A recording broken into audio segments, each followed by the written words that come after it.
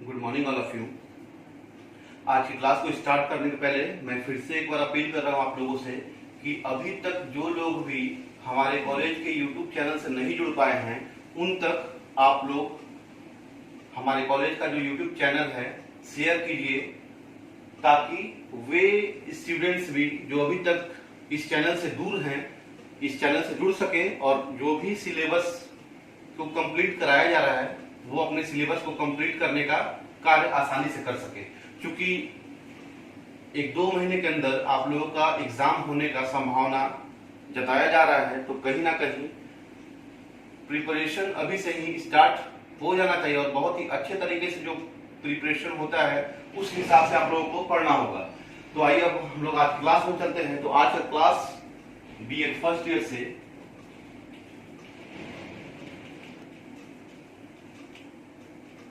Paper C3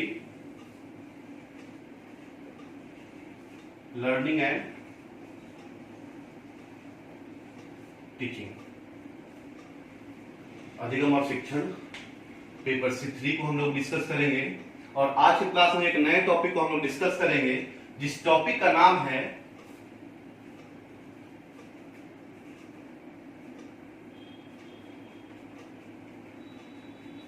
creativity,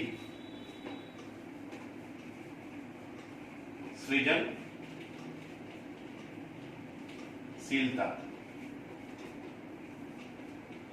जिसे हिंदी में सृजनशील या सृजनशीलता कहते हैं। क्रिएटिविटी हम लोग को पढ़ना है, इसे सृजनात्मक या सृजनात्मकता भी बोलते हैं। तो हमें इसी टॉपिक को आज डिस्कस करना है और बहुत ही कम समय में हम लोग इसके कॉन्सेप्ट को समझने की कोशिश करेंगे। तो अगर क्रिएटिविटी की बात की जाती है कि व्हाट इज क्रिएटिविटी, सृजनशीलता क्या है, सृजनात्मकता क्या है, तो अगर बोलचाल की भाषा में हम देखें तो हम कहते हैं ना कि कोई बच्चा, किसी बच्चे को देख के हम प्रभावित हो जाते हैं और बोलते हैं कि बहुत ही क्रिएटिव बच्चा है या बहुत ही क्रिएटिव चाइल्ड है, ऐसा बोलते हैं ना। तो ऐसा क्यों बोलते हैं? ऐसा इसलिए बोलते हैं कि वो बच्चा बहुत ही कम समय में किसी नए चीज का खोज कर देता है। तो क्रिएटिविटी का अगर शाब्दिक अपने शब्दों में हम लोग उसे बयान करें कि सृजनात्मकता क्या है, सृजनशीलता क्या है, तो अगर सृजनशीलता की बात करें तो हम सबसे पहले क्या करेंगे, इसे 2 भागों में डिवाइड करेंगे। तो एक में क्या आ गया, सृजन, और इसी सृजन से सृजनशीलता की उत्पत्ति हुई है। तो क्रिएटिव, इसी सृजन से सृजनशीलता या सृजनात्मकता की उत्पत्ति हुई है। और हम लोग सामान्य भाषा में अगर बात करें तो हम लोग कह सकते हैं कि जब कोई भी कुछ नया करे उसी को सृजनशीलता कहते हैं। किसी नए खोज को या किसी नए उत्पत्ति को सृजनशीलता का नाम दिया गया है। तो अब इसे हम लोग देखेंगे कि इसका वास्तविक परिभाषा विद्वानों के द्वारा क्या दिया गया है। तो अगर सृजनात्मकता की बात की जाए तो हम कह सकते हैं कि सृजनात्मकता व्यक्ति की उस क्षमता को कहा जाता है जिससे वह कुछ ऐसी नई चीजों, रचनाओं या विचारों को पैदा करता है, जिससे वह कुछ ऐसी नई चीजों, रचनाओं या विचारों को जन्म देता है जो नया होता है एवं जो उसे पहले से जिसकी जानकारी नहीं होती है। यानी कि हम कुछ ऐसा चीज, कुछ ऐसा रचना या कुछ ऐसा विचार दे दे इस दुनिया को जो कि नया नया है और आज से पहले ऐसा विचार ना कोई दिया है, ना मैंने दिया है और ना ही मेरे दिमाग में ये बात थी। तो कोई नए चीज का खोज ही क्रिएटिविटी का नाम होता है।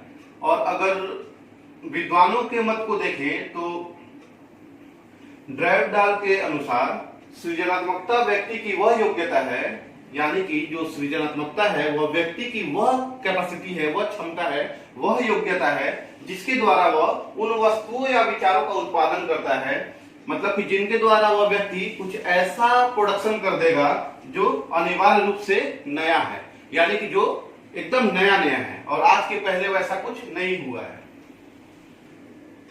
फिर एक विद्वान का नाम आता है स्किनर। स्किनर के अनुसार क्रिएटिविटी क्या है, व्हाट इज क्रिएटिविटी स्किनर के शब्दों में।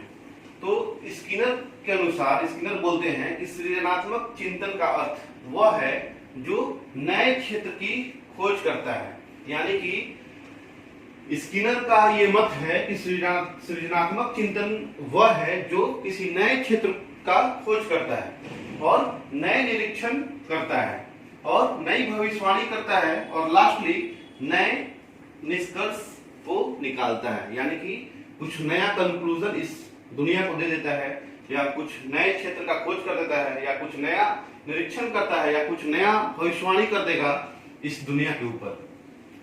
तो सामान्य शब्दों में या दूसरे शब्दों में, हम सिंपल शब्दों में बोल सकते हैं कि क्रिएटिविटी वह है जो कि कुछ नया इस दुनिया को दे दे। कि सृजनात्मक का प्रकृति क्या है, नेचर ऑफ क्रिएटिविटी। तो जो हमारा चैप्टर है क्रिएटिविटी, जो हमारा चैप्टर क्रिएटिविटी है, इसके अंदर जो टॉपिक हम लोग अभी डिस्कस करेंगे वो है नेचर ऑफ क्रिएटिविटी। यहाँ नेचर की बात हो रही है, नेचर ऑफ क्रिएटिविटी यानी कि सृजनात्मकता की प्रकृति की बात हो रही है कि अगर सृजनात्मकता है तो उसकी प्रकृति क्या है। तो उसे हम बिंदुवार समझेंगे। तो जो पहला प्रकृति है वह है कि सृजनात्मकता सार्वभौमिक होती है। यानी कि जो सृजनात्मकता है, जो क्रिएटिविटी है, वो यूनिवर्सल होती है। थोड़ा बहुत कमोवेश सारे दुनिया के सारे लोगों में थोड़ा बहुत होती ही है। इसीलिए कहा गया है कि क्रिएटिविटी जो है वो सार्वभौमिक यानी कि यूनिवर्सल होती है।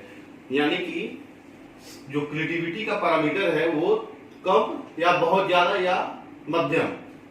इस संसार में ऐसा कोई व्यक्ति नहीं होगा जिसके अंदर क्रिएटिविटी नहीं होगी। हाँ, ये हो सकता है कि कोई व्यक्ति बहुत ही ज्यादा क्रिएटिव है और कोई व्यक्ति बहुत ही कम क्रिएटिव है और कोई व्यक्ति मिडिल रो में क्रिएटिव है।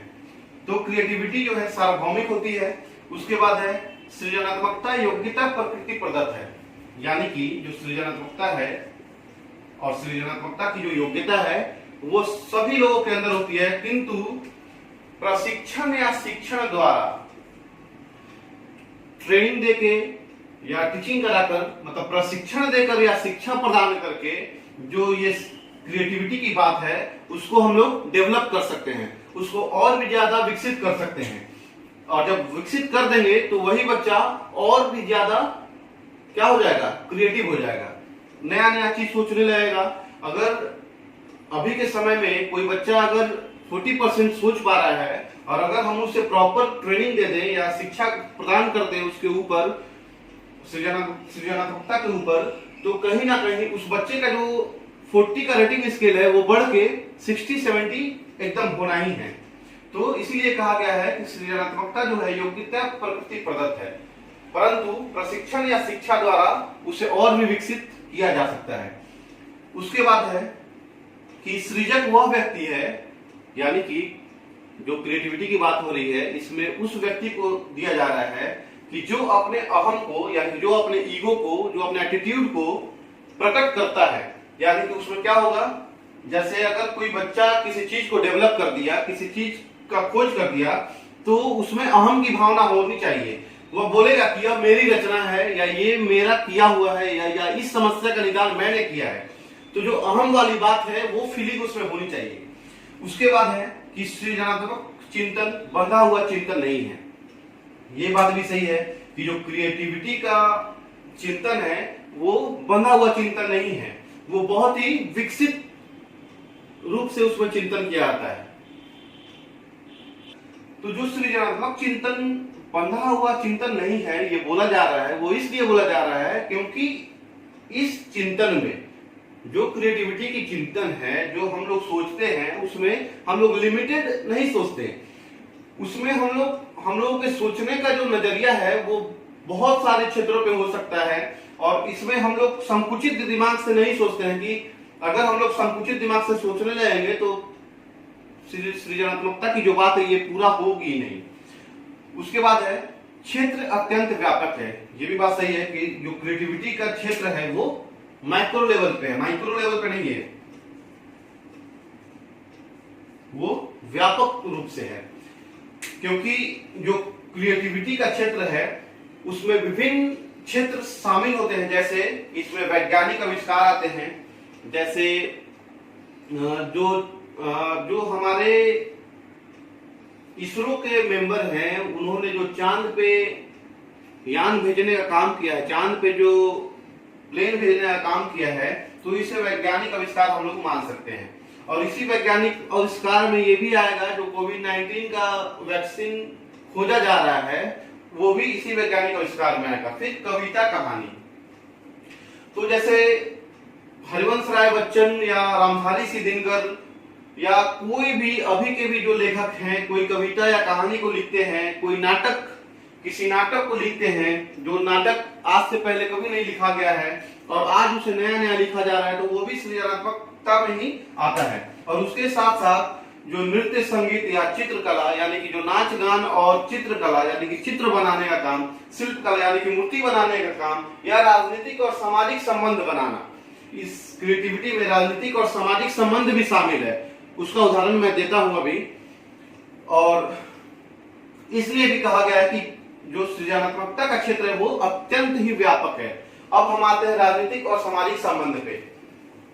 तो इस पे अगर इसका उदाहरण हम लोग देखें, जो सृजनात्मकता की बात कही गई है और इसका उदाहरण अगर हमें देखना है तो हम लोग कह सकते हैं कि राजनीतिक और सामाजिक संबंध में सृजनात्मकता की बात अगर हमें एग्जाम्पल से देखना है तो हम देख सकते हैं कि अभी हाल फिलहाल में कुछ एक स्टेट में जहां पे पहले से कांग्रेस की सरकार थी, ठीक है, वहां पे बीजेपी का गवर्नमेंट हो गया। कैसे हो गया?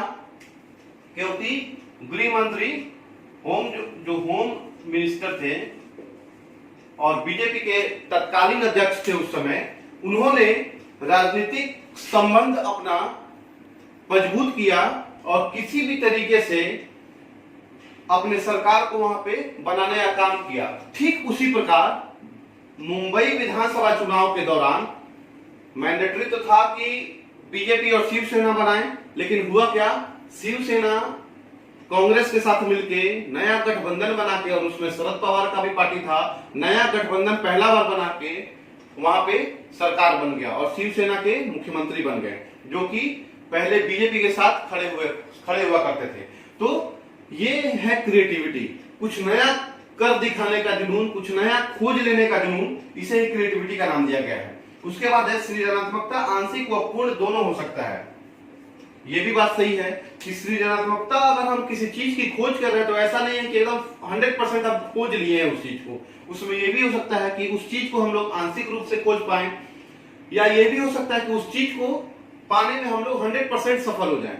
तो जो क्रिएटिविटी है वो आंशिक रूप से भी हो सकता है और पूर्ण रूप से भी हो सकता है। तो इस प्रकार से हम लोगों ने नेचर ऑफ क्रिएटिविटी को देखा कि सृजनात्मकता की प्रकृति क्या है, और ये टॉपिक जो है फाइनल डिस्कस हो चुका है। चलो, तो मैं आशा करता हूं कि जो नेचर ऑफ क्रिएटिविटी है वो उसका कॉन्सेप्ट क्या है आप लोग बहुत ही अच्छे तरीके से समझ चुके होंगे। अब जो नेक्स्ट क्लास हम लोगों का होगा, जो हम लोगों का नेक्स्ट क्लास होगा वो भी क्रिएटिविटी के चैप्टर से ही एक अच्छा सा टॉपिक होगा जिसके ऊपर हम लोग डिस्कस करेंगे। और एग्जाम के पॉइंट ऑफ व्यू से जो क्रिएटिविटी चैप्टर है वो बहुत ही इंपॉर्टेंट है। जो नेक्स्ट क्लास होगा हम लोगों का, जो भी आगे नेक्स्ट क्लास होगा, उसमें जो क्रिएटिविटी चैप्टर है उसके अंदर हम लोग नेक्स्ट क्लास में डिस्कस करेंगे दो टॉपिक को। वो टॉपिक है पहला जो है सृजनात्मक बालक के व्यक्तित्व एवं व्यवहार संबंधी विशेषताएं, यानी कि personality and behaviour characteristics of a creative child. और जो दूसरा पॉइंट हम लोग डिस्कस करेंगे, जो दूसरा टॉपिक डिस्कस होगा वो होगा बालकों में सृजनात्मकता विकसित करना, मतलब कि how to develop of creativity among children, मतलब development of creativity among children. हम लोग कैसे बालकों में क्रिएटिविटी की भावना को और भी विकसित कर सकते हैं। तो नेक्स्ट क्लास में हम लोगों का यही टॉपिक रहेगा, इसी टॉपिक पर हम लोग डिस्कस करेंगे। Thank you.